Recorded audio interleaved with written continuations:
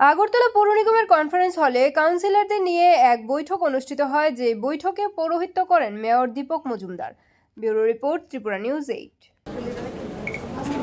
আজকে মূলত আগরতলা পৌর নিগমের বিশেষ সভা আহ্বান করা হয়েছে আসন্ন শারদীয় উৎসব উপলক্ষে।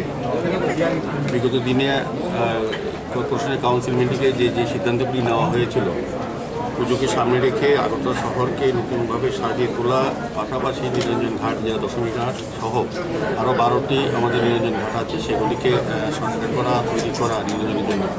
সার্বিকভাবে শহরের ড্রেন, নিকাশি ব্যবস্থা, রাস্তা, আলোর ব্যবস্থা সবগুলি যাতে পুজোর সময় ঠিকঠাক থাকে।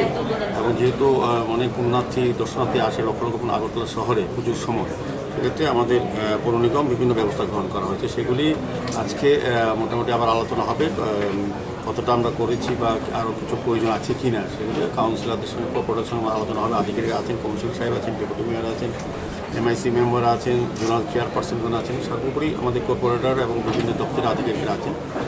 আলোচনা হবে। আর কয়েকটা দিন বাকি আছে। আমরা তো পাতি যদিও অনেকগুলি কাজ আমরা করার ইচ্ছা থাকলেও শেষ করা যাচ্ছে না। তবে আমরা চেষ্টা করছি যাতে সার্বিকভাবে যে সিদ্ধান্তগুলি আগে নেওয়া হয়েছিল পুজোকে সামনে রেখে, এগুলি কতটা বাস্তবায়িত হয়েছে আজকে আলোচনা হবে। হওয়ার পর যদি দেখা যায় আর কিছু কাজ করা প্রয়োজনীয়তা অনুভব করি বা করা উচিত, সেগুলি আমরা আজকে সিদ্ধান্ত নিয়ে কাজ শুরু করে দেবো। তবে আমরা সার্বিকভাবে আমি বলবো যে আমাদের পুজোকে সামনে রেখে মোটামুটি আমরা প্রস্তুত, সমস্ত কিছু আমরা করেছি। এবং সারা শহরের রাস্তা যেখানে কিছুটা ড্যামেজ ছিল বর্ষায় ফ্লাডের সময়, সেটাও আমরা মেনটেন্যান্স করার চেষ্টা করছি।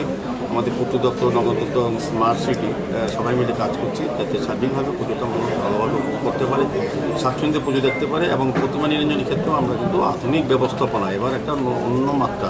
বিগত 2 বছর আমরা কিন্তু একটা নতুন কিছু আমাদের রাজ্যবাসীকে দিতে পেরেছি, শহরবাসীকে যারা পুজোর সঙ্গে যুক্ত আছেন, তারা অভিজ্ঞতা আছে। গত 2 বছর আমরা খুব সুন্দরভাবে করেছি।